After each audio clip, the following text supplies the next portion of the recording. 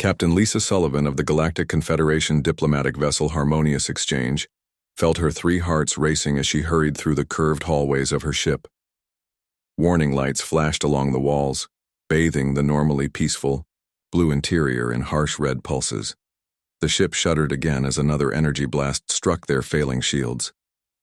"Damage report," she called out as she entered the bridge, her 4 tentacle-like arms moving quickly to steady herself against a control panel. Her first officer, Nari, looked up from the main console with large, worried eyes. The delicate frills around Nari's neck had darkened to a stressed purple color. "Engines are at 12% capacity, Captain. Shields failing. The escort vessels..." Nari's voice faltered. "The escort vessels are gone." Lisa closed her inner eyelids briefly in a gesture of mourning. The Harmonious Exchange was a diplomatic vessel, designed for comfort and conversation, not combat. Their 2 small escort ships had bravely tried to defend them when the Vraxian warships appeared without warning, but they never stood a chance. "Communications?" Lisa asked, moving to her command chair at the center of the circular bridge. "Still functional," replied her communications officer, Ben Ellis. Ben was one of only 3 humans aboard, a cultural exchange officer who had been traveling with them for the past 6 months. Unlike the rest of the crew who showed their fear through color changes or scent markers, Ben's mammalian features remained frustratingly difficult to read.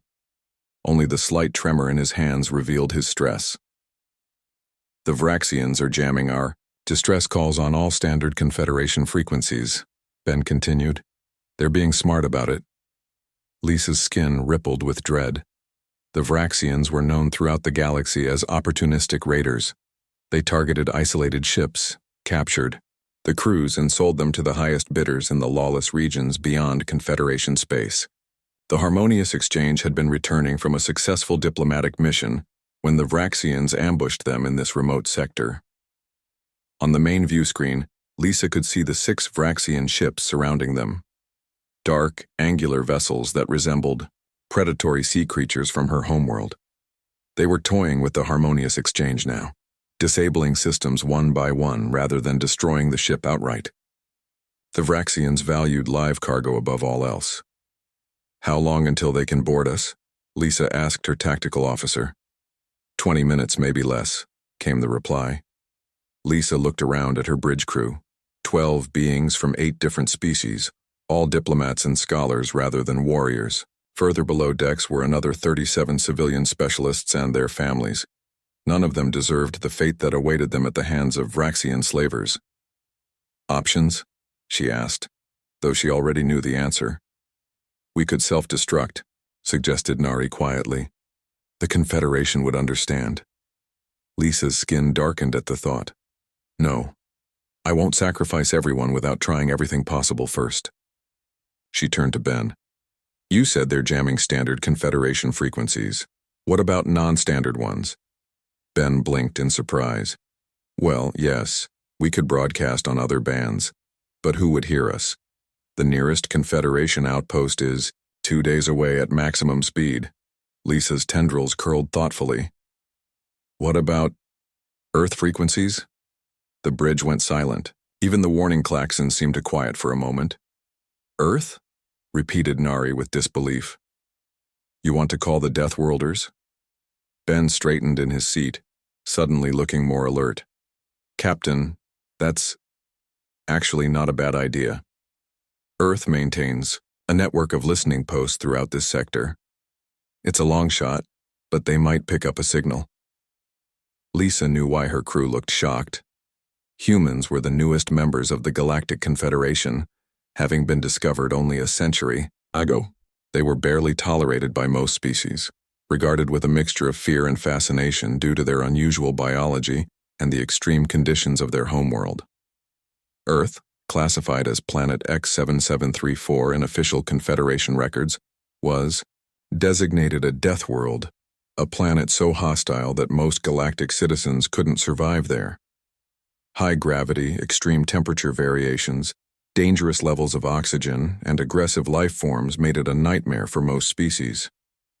The humans who evolved there had developed accordingly: dense muscles, resilient bodies, and what many species considered to be alarming predatory instincts. But Lisa had met several humans during her career. Behind their strange, flat faces and unsettling forward-facing eyes, she had sensed something worth trusting, and Ben had once told her something that came back to her now. Humans take distress calls very seriously. It's almost sacred to us. Do it, Lisa ordered. Broadcast. On Earth emergency channels. Ben's fingers flew over his console. What should the message say? Lisa thought for a moment. Keep it simple. Mayday. Confederation diplomatic vessel Harmonious Exchange under attack by Vraxian raiders. Coordinates follow. Civilians aboard. Request immediate assistance. As Ben prepared the transmission, Nari approached Lisa's chair. Captain, with respect, even if they hear us, what can the humans do? They have limited ships in this sector, and the Confederation has restricted their weapons technology. Lisa's outer eyelids blinked slowly. I don't know, Nari. But humans are resourceful. And right now, they're the only hope we have. Ben looked up from his console. Message away. Broadcasting on all Earth emergency frequencies. Another blast rocked the ship, sending sparks flying from a nearby panel. Shields at 5%, called out the tactical officer. Vraxian boarding craft detected, launching now. Lisa moved to the center of the bridge. All hands prepare for boarding. Security teams to all access points. Civilian personnel to safe rooms as per emergency protocols. The minutes ticked by with excruciating slowness. The crew worked efficiently despite their fear, sending their civilian passengers to the most secure areas of the ship, while the small security team prepared to make their futile stand against the Vraxian boarding parties. Lisa recorded what she believed would be her final captain's log, documenting the attack and expressing her pride in her crew. Just as she finished, Ben called out from his station, his voice filled with disbelief. Captain, we're receiving a response on the emergency channel. Put it through, Lisa ordered, her heart's pounding. A clear, confident human voice filled the bridge. Confederation vessel Harmonious Exchange. This is Admiral Kate Porter of the Earth Defense Force. We have your coordinates. Hold position. Fleet inbound. ETA 18 minutes. A murmur of confusion spread through the bridge crew. Did she say fleet? Nari whispered.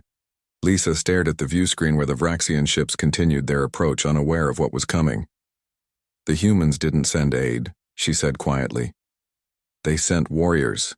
Admiral Kate Porter stood on the bridge of the Earth Defense Force flagship Retribution, with her hands clasped behind her back. At 45 years old, Porter had spent over half her life in space, but she had never forgotten the lessons she learned growing up in the rugged mountains of Colorado. When someone calls for help, you go. It was that simple. The massive view screen before her displayed 12 Earth warships moving into formation. They had dropped out of FTL travel just moments ago, responding to her emergency recall order. The ships were sleek, angular, and bristled with weapon systems that made most Confederation species deeply uncomfortable. All ships reporting combat ready, Admiral, said Lieutenant Daniel Wright from the communications station. The young officer's fingers moved quickly over his console, coordinating data streams between the gathered vessels. Sensor sweep complete, reported Commander Greg Allen, her tactical officer. 6 Vraxian vessels detected surrounding the Confederation diplomatic ship.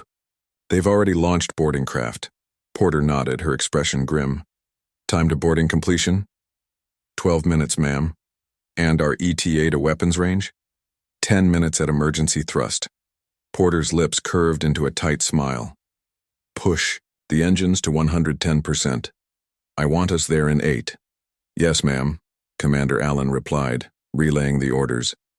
Porter turned to address the bridge crew. Listen up. This is not a standard rescue operation. The Vraxians are taking slaves, and they've targeted a diplomatic vessel with civilian families on board. We've all heard the stories about what happens to people in Vraxian slave pens. The bridge fell silent. Everyone knew. The Vraxians were notorious throughout the galaxy, preying on the softer species of the Confederation.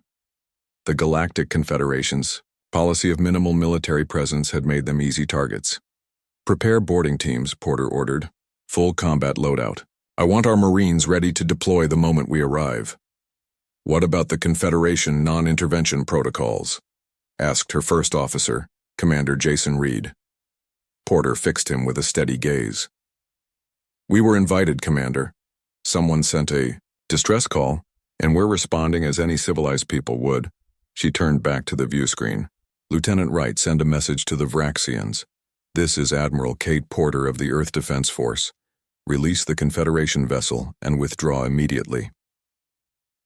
A tense minute passed before Wright looked up from his console. There. Responding, Admiral. Audio only. Let's hear it. The harsh, clicking voice of the Vraxian commander filled the bridge. Human vessels, this matter does not concern you. The Confederation ship violated our territory. We claim it as salvage by right. Several bridge officers exchanged glances. The claim was obviously false. This sector was neutral space, not Vraxian territory. Porter's expression hardened. Send one final message, Lieutenant. Tell them you have 6 minutes to withdraw. After that, we will remove you. Message sent, Wright confirmed. No response, Admiral. Porter nodded. I didn't expect one. Combat stations. Everyone. Weapons. Systems online. The bridge transformed as officers moved with practiced efficiency to their battle stations. Warning lights shifted to red, and protective barriers rose around critical systems. 5 minutes to intercept, reported the helmsman. All ships, this is Admiral Porter, she said, her voice carrying to every vessel in the human fleet. Target Vraxian engines and weapons systems only. Disable, don't destroy. There may still be Confederation citizens aboard their vessels. Porter watched as the tactical display showed the human ships spreading into a three-dimensional attack formation. It was a maneuver that would have been impossible for most Confederation ships, which typically arranged themselves in simple two-dimensional patterns. 3 minutes to intercept. Aboard the Harmonious Exchange, Captain Lisa Sullivan and her crew watched the approaching human fleet with a mixture of hope and disbelief. The Vraxian boarding parties had already cut through 2 external hatches and were fighting their way past the ship's small security team. Look at those ships, whispered Nari, staring at the sensor display. They're warships. Actual warships. Ben Ellis smiled for the first time since the attack began. Earth doesn't build exploratory vessels or diplomatic cruisers like the Confederation does. We build ships that can fight. A loud bang echoed through the bridge as the Vraxians attempted to cut through the main doors. 1 minute until they break through, warned the security chief. Ben checked his console again. And 2 minutes until the Earth fleet is in range. Lisa's tendrils twisted anxiously. It's going to be close. On the bridge of the Retribution, Porter watched the final countdown to engagement. Vraxian vessels are altering formation, reported Commander Allen. They're moving to engage us. 30 seconds to weapons range. Porter leaned forward slightly. All ships, fire on my mark. Target their engines first, weapons second. The seconds ticked down on the display. We are in range, Admiral. Fire. Across the human fleet, energy weapons flared to life. Unlike the broad, disabling beams favored by Confederation security vessels, the human weapons fired concentrated bursts of destructive force, precisely targeted at the Vraxian ship's vital systems. 2 Vraxian vessels lost engine power immediately. A third spun out of control as its stabilizers were destroyed. The remaining 3 returned fire, but their weapons scattered harmlessly against the human vessel's shields. Direct hits on targets 1 through 4, reported Commander Allen. Targets 5 and 6 are attempting to flee. Pursuit vessels, don't let them escape, Porter ordered. All other ships, move in to secure the diplomatic vessel. The battle, if it could even be called that, lasted less than 5 minutes. The Vraxian ships designed to prey on unarmed or lightly defended vessels were completely outmatched. Inside the Harmonious Exchange, the bridge crew cheered as the Vraxian boarding party suddenly broke off their attack on the doors. Through the ship's damaged sensors, they could see the Earth vessel systematically disabling the Vraxian ships. They did it, Nari said in wonder. The humans actually saved us. Ben Ellis nodded, but his expression remained serious. The fight's not over yet. There are still Vraxians on board your ship. As if to confirm his words, the comm system crackled to life. Confederation vessel Harmonious Exchange, this is Commander Sam Carter of the EDF Marine Corps. We have boarding shuttles inbound to your position. Please designate safe docking ports and prepare to receive friendly forces. Captain Lisa quickly moved to the communications console. This is Captain Sullivan. We have Vraxian boarding parties on decks 3 and 5. Our security team is outnumbered. Understood, Captain Sullivan. Hold tight. We'll clear your ship deck by deck. 20 minutes later, the first human Marines boarded the Harmonious Exchange. Captain Lisa and her officers watched in amazement as the soldiers moved through their ship. The humans wore powered combat armor, bulky suits that increased their already formidable strength and protected them from weapons fire. To the Confederation crew, they looked like walking tanks. The Vraxian boarders, faced with these armored warriors, quickly surrendered or were subdued. From the bridge of the Retribution, Admiral Porter watched with satisfaction as her teams reported. One Vraxian ship after another secured. The diplomatic vessel was safe, the civilians unharmed. Admiral, Lieutenant Wright called out, Captain Sullivan of the Harmonious Exchange wishes to speak with you. Porter nodded. Put her through. The large, multi-eyed face of the Confederation captain appeared on screen. Porter could see the alien's skin shifting through colors that likely indicated strong emotion. Admiral Porter, Lisa said, her translator conveying her words clearly. We thank you. You saved my ship, my crew, our families. Porter smiled. You're welcome, Captain. Where I come from, we take distress calls very seriously. Lisa's translator hesitated before conveying her next words. You didn't just send aid, you sent a fleet. Yes, Porter replied simply. That's what the situation required. And in that moment, throughout the Confederation ship, the crew began to understand something important about their human rescuers. On their deadly homeworld, humans hadn't just evolved physical strength. They had developed a particular kind of morality, one that said, when someone asks for help, you respond with, everything you have. Commander Sam Carter moved through the narrow corridors of the Vraxian command ship with her team of 6 Marines. Each step was deliberate and controlled, despite the heavy combat armor they wore. Their helmet lights cut through the dim red emergency lighting, revealing the strange angular design of the alien vessel. Stay alert, Sam instructed over the squad's comm channel. We've secured the bridge and engine room, but internal sensors show movement in the cargo section. Copy that, Commander, responded Sergeant Andy Miller, checking the motion tracker built into his armor's forearm.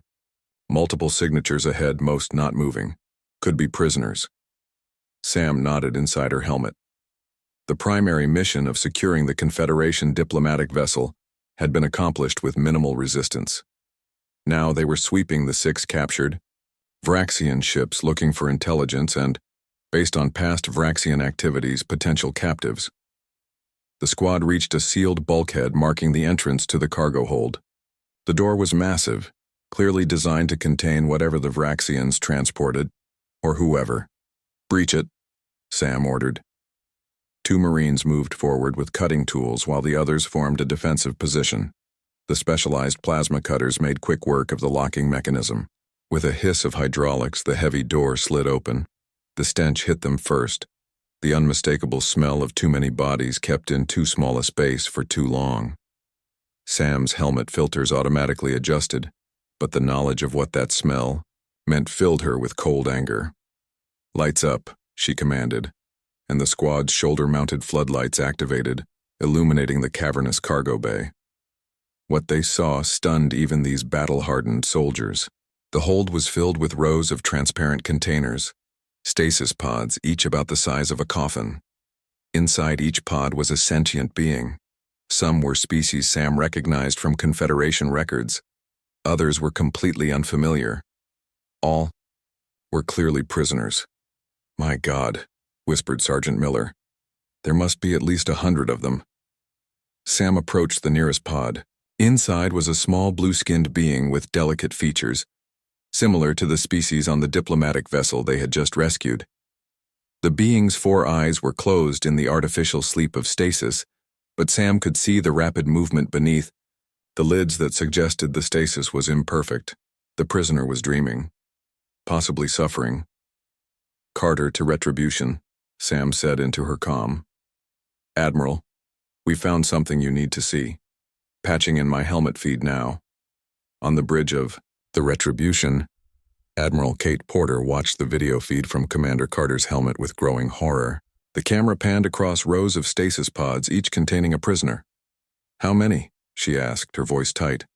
"Initial count is 127 life forms across various species," Carter replied. "Some appear to have been in stasis for months based on the pod timestamps. Most are civilians based on clothing and lack of any uniform or insignia." Porter's jaw clenched. "Medical status?"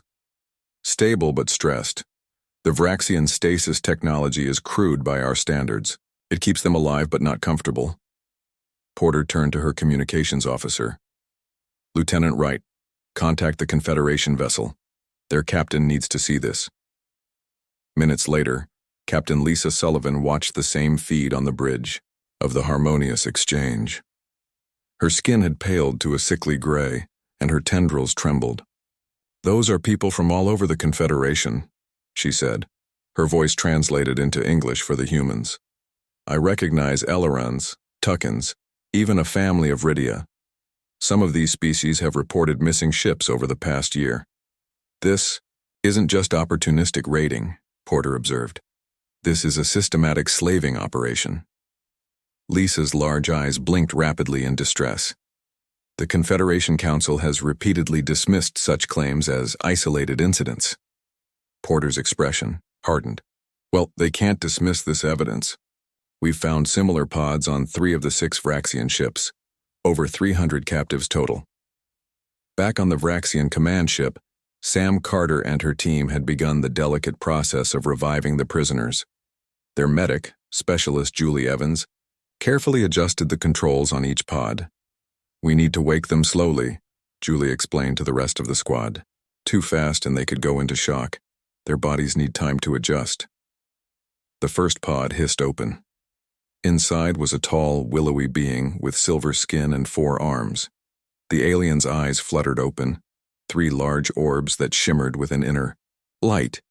It gasped, then spoke in a language none of the humans understood. "Easy," Sam said, kneeling beside the pod.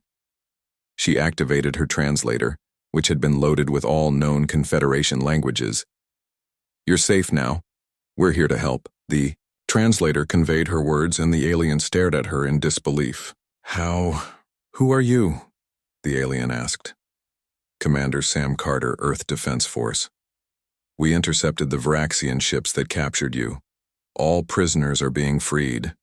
The alien struggled to sit up, and Sam gently helped them. "Earth?" the alien repeated. "You are humans? Deathworlders?" Sam nodded. "That's what they call us, yes." Tears began to fall from the alien's 3 eyes. "I have been in that pod for 62 cycles. The Vraxians attacked our research vessel without warning. They killed those who resisted and took the rest of us. I thought I would die in slave markets beyond the rim." As more pods were opened, similar stories emerged. Civilian ships ambushed in remote sectors, entire families captured. Some had been in stasis for what translated to nearly a year in Earth time. One by one, the former captives were helped to their feet, given medical attention, and transferred to the human ships. Many were too weak to walk after their long confinement, carried in the strong arms of the human Marines whose powered armor made even the largest aliens seem weightless. On the diplomatic vessel Harmonious Exchange, Captain Lisa Sullivan had called an emergency meeting with her senior staff and the human representatives. Admiral Porter attended via secure holographic link from the Retribution. "The Vraxian captain has been interrogated," Porter reported. "He claims they were acting under orders from their government, targeting Confederation citizens for sale to several buyer groups outside Confederation space." Lisa's skin flushed dark with anger. "This cannot stand. The Confederation must act. The Confederation security forces aren't equipped for this kind of operation, Ben Ellis pointed out gently. Their ships are designed for peaceful contact and minimal defense. Then what do we do? Asked Nari, Lisa's first officer. Let the Vraxians continue their slaving? Admiral Porter's holographic image straightened. Captain Sullivan, I propose a joint operation. My fleet will remain in this sector to provide security while we process the evidence and rehabilitate the rescued captives. Meanwhile, your ship can transport the Vraxian captain and the evidence to the nearest Confederation outpost. And then? Lisa asked. And then the Confederation will have to decide how to respond, Porter said. But they will have to respond. 300 citizens cannot be ignored. Lisa considered this for a moment, her tendrils curling in thought. The Council will want to know why human warships were in this sector to begin with. Porter smiled thinly. Tell them we were responding to a distress call. Tell them that on Earth, that's all the reason we need.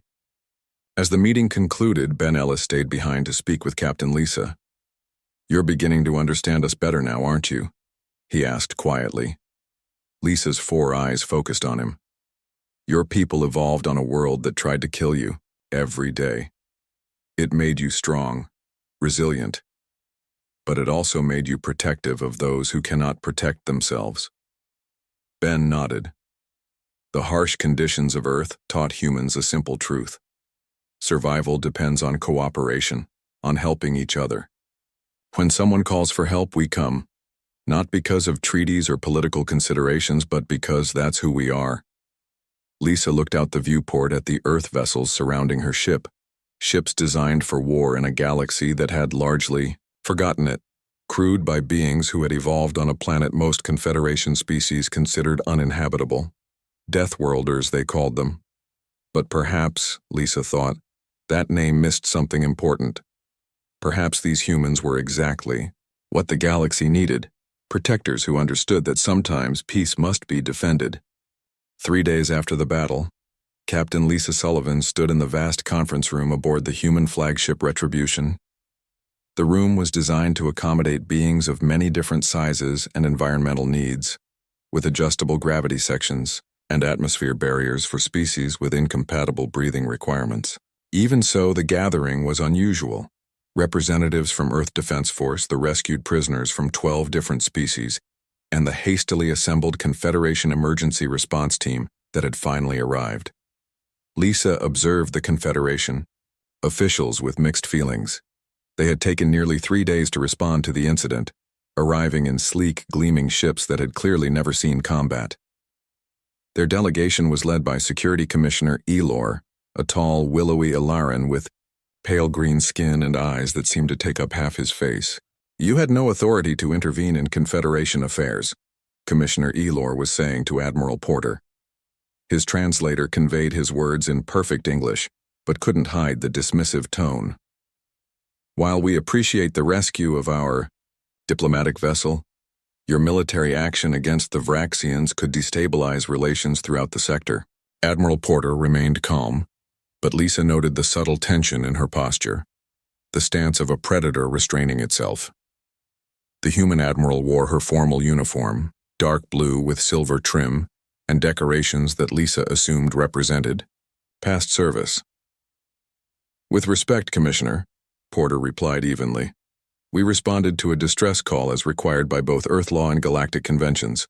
The Vraxians were engaged in slaving operations that violate the very Confederation protocols. Your sighting.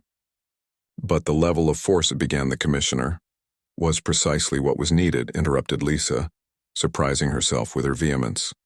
All eyes turned to her, including the compound eyes and sensory organs of species not used to looking at anything directly. Commissioner, Lisa continued, her translator struggling to keep up with her rapid speech.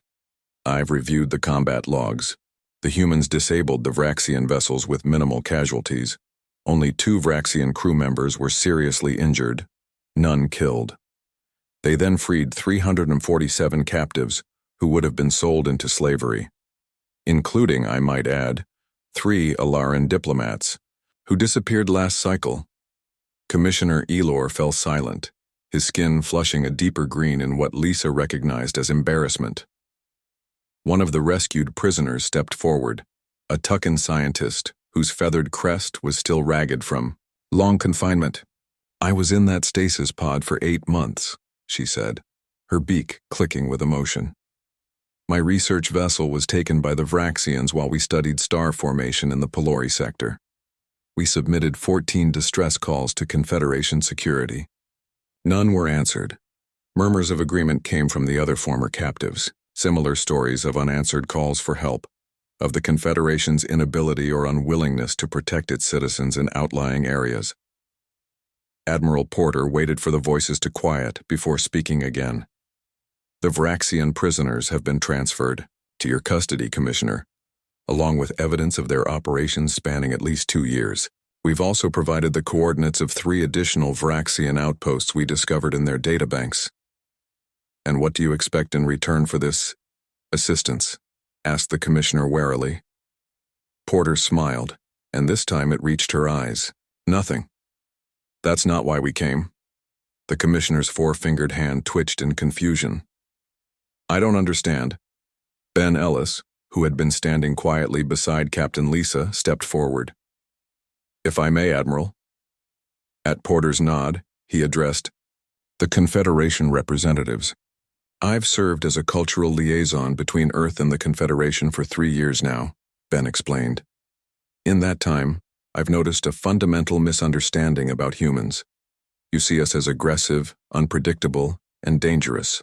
All true from a certain perspective. What you miss is the why of our nature." He gestured toward the viewports where Earth ships could be seen patrolling alongside the elegant Confederation vessels. "Humans evolved on a world that tried to kill us every day. Our gravity would crush most of you. Our temperature ranges would freeze or boil you. Our atmospheric oxygen levels would be toxic to many species here. Even our planet's other life forms, what we consider normal animals, would be apex predators on most Confederation worlds." The room was silent, many beings shifting uncomfortably at this description of Earth. "To survive such conditions," Ben continued, "we didn't just develop physical strength. We developed cooperation, empathy, and a drive to protect others. When someone calls for help, we come. Not because treaties require it, not because we expect payment, but because that's who we are." After the formal meeting concluded, smaller groups formed throughout the conference room. Captain Lisa found herself approached by Admiral Porter and Commander Carter. "Captain Sullivan," Porter said, "I wanted to thank you personally." Lisa's tendrils curled in confusion. "Thank me? For what?" "You saved my ship, my crew." "You trusted us," Carter explained. "Most Confederation captains wouldn't have broadcast on Earth frequencies. They see us as unpredictable, dangerous. Deathworlders." Lisa acknowledged with a small gesture her species used to indicate irony. Porter nodded. "Yet you called anyway." Lisa considered this. "I met a human diplomat once years ago. He told me something I never forgot. He said that humans take distress calls very seriously, that on Earth ignoring a cry for help is one of the worst things a person can do." "He was right," Porter said. "It's built into our oldest laws, our cultural stories, even our religions. The Good Samaritan. No greater love than to lay down one's life for another. These aren't just nice sayings for us. They're foundations of who we are." Later, as the Confederation ships prepared to depart with the evidence and prisoners, Lisa approached Porter privately. "What happens now?" she asked. Porter looked out at the stars. "The Confederation Council will debate, investigate, probably form committees. They'll be shocked by the evidence, maybe even authorize increased security patrols for a while. You don't think it will be enough." It wasn't a question, and Porter didn't treat it as one. The Vraxians won't stop. Neither will the other predatory species that prey on the edges of Confederation space. They see the Confederation's peaceful nature as weakness. And the humans? What will Earth do? Porter turned to face the alien captain. "We'll do what we've always done. We'll patrol our sectors. We'll respond to distress calls. We'll protect those who need protection, whether the Confederation officially asks us to or not." Lisa's skin shifted to a deep blue, a color of realization and understanding among her species. You don't just have warships because you're aggressive. You have them because you expect to use them to defend others. Porter nodded. Precisely. As Lisa prepared to return to her own vessel, she looked back at the human admiral. The Vraxian captain, before he was taken into custody, he said something I've been thinking about. He said we thought the humans were contained, controlled by the Confederation's technology restrictions. What did he mean? Porter's expression grew serious. The Confederation limits the weapons technology they share with Earth. They fear what we might do with it. The Vraxians and others like them count on those limitations. But you came anyway, Lisa said, even knowing you might be outmatched. We came because someone called for help, Porter replied simply. We always will. As Captain Lisa Sullivan returned to the harmonious exchange, she carried with her a new understanding of the species called Deathworlders. Yes, they were physically imposing, occasionally aggressive, and undeniably dangerous when provoked. But they were also perhaps the protectors the galaxy needed, beings whose evolutionary path had created not just physical resilience, but a moral imperative forged in the crucible of their deadly homeworld. 1 month after what galactic news networks were now calling the Vraxian incident, the Confederation Grand Council convened an emergency session. The massive council chamber on Ilara Prime was filled to capacity. Representatives from all 87 member species were present, including, for the first time in decades, a full human diplomatic contingent led by Ambassador Olivia Russell. Captain Lisa Sullivan stood at the center of the chamber, completing her testimony about the events leading to the human intervention. Behind her, large holographic displays showed evidence recovered from the Vraxian ships, logs, coordinates, and most damning of all, recordings of captured beings in stasis pods awaiting sale.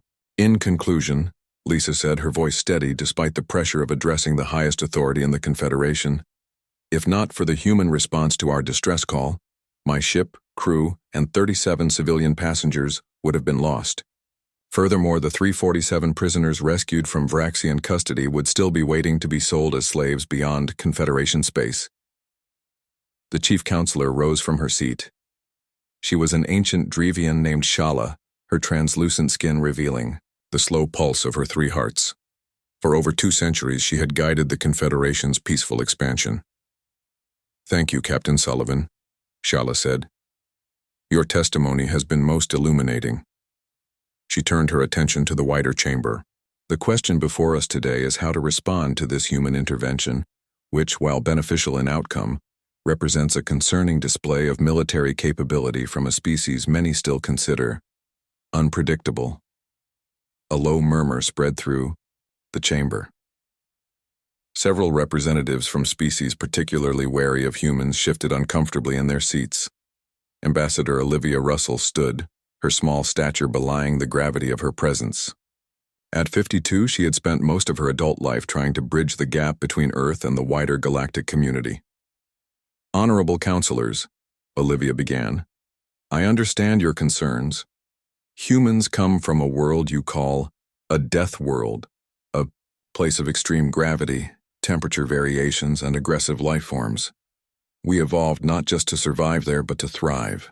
Yes, that has given us physical capabilities some find concerning, and yes, we maintained military forces when many of you chose to disarm. She paused, her gaze moving across the assembled representatives. But consider this. The same evolutionary pressures that made us strong also taught us the value of cooperation, of protecting the vulnerable. When we heard Captain Sullivan's distress call, we didn't calculate political advantage or weigh diplomatic consequences. We responded because someone needed help. The council chamber remained silent as Olivia continued. You've kept humanity at a distance because you fear what we are. Creatures evolved in hardship, built for survival. But perhaps what the Confederation needs is not more diplomats and traitors, but protectors who understand that peace sometimes must be defended. From her seat near the human delegation, Lisa watched the reactions. Some representatives nodded in agreement, particularly those from species that had been rescued from the Vraxians. Others appeared skeptical or openly hostile. The security commissioner, Elor, rose to speak. With all due respect to the human ambassador, this incident highlights precisely why we have limited Earth's military expansion. 12 warships responded. To a single distress call, 12 vessels armed far beyond what is necessary for self-defense. How are we to trust that such power will always be used to protect, rather than to conquer? Admiral Kate Porter, seated beside Ambassador Russell, stood to address this challenge. Commissioner, Earth maintains those 12 ships and others like them, because we border regions where the Confederation's influence is weak or non-existent. In the past year alone, our patrols have intercepted 27 unauthorized incursions into Confederation space. We've rescued 14 civilian vessels in distress. We've done this not because treaties required it, but because it was right. Another representative spoke up, a Tucken whose daughter had been among the rescued prisoners. My question is simple. Where were the Confederation security forces when these abductions were happening? We have reports spanning 2 years of missing ships and citizens, yet little action was taken. Chief Counselor Shala raised her hands for silence. We must acknowledge failures in our security protocols. The evidence presented by Captain Sullivan and the human forces reveals a systematic campaign of abduction that our current systems failed to detect or counter. She turned toward the human delegation. Ambassador Russell, the Council recognizes the service Earth has provided in this matter. However, we must balance gratitude with caution. What assurances can you offer that human military power will remain a force for protection rather than domination? Olivia smiled gently. Counselor, I could offer words, treaties, promises. Instead, I offer our history. Earth has been part of the Confederation for nearly a century. In that time, despite the restrictions placed on us, despite the distrust we've faced, we have never once used our strength against a Confederation world. We've only ever used it to defend ourselves and others. As the debate continued through the day, Lisa found herself speaking with Ben Ellis in a quiet corner of the chamber. How do you think it will go? She asked. Ben watched the proceedings with a thoughtful expression. It's hard to say. The evidence of the Vraxian operation is too substantial to ignore, but fear of human potential is deeply rooted in many species. Do you think they're right to be afraid? Lisa asked, her 4 eyes studying his face carefully. Ben considered this. Humans can be dangerous, yes. Our history on Earth was filled with conflicts before we unified, but those same conflicts taught us the price of war, the value of peace. We don't want to rule the galaxy, Lisa. We just want to help protect it. By the day's end, the Council had reached a series of preliminary decisions. The Confederation would strengthen its security forces, particularly in outlying sectors. The restrictions on human military vessels would remain in place, but with a new provision allowing for rapid response to distress calls within specified zones. Most significantly, a joint human Confederation security force would be established, combining the diplomatic approach of the Confederation with the protective capabilities of the humans. As Captain Lisa prepared to return to her ship with these outcomes, she found Admiral Porter waiting near the docking bay. So, Porter said, not everything we hoped for, but a start.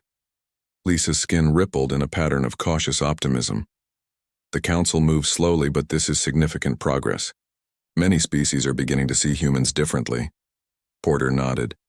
And the Joint Security Force will allow us to officially do what we've been doing anyway, protecting ships and people who need protection. There's something I still don't understand, Lisa said. Even with these new agreements, Earth gains very little. The technology restrictions remain largely in place. Why continue to help a confederation that has treated humans with such suspicion? Porter smiled. Because it's not about what we gain. It's about who we are. In the days that followed, debates continued throughout Confederation space. Some species called for even closer alliance with the humans. Others remained deeply skeptical. But across thousands of worlds, a message began to spread among those who had long lived in fear of raiders and slavers. If you are in danger, if predators come, for you in the night there is a frequency you can call, and the Deathworlders will answer, not with aid but with a fleet.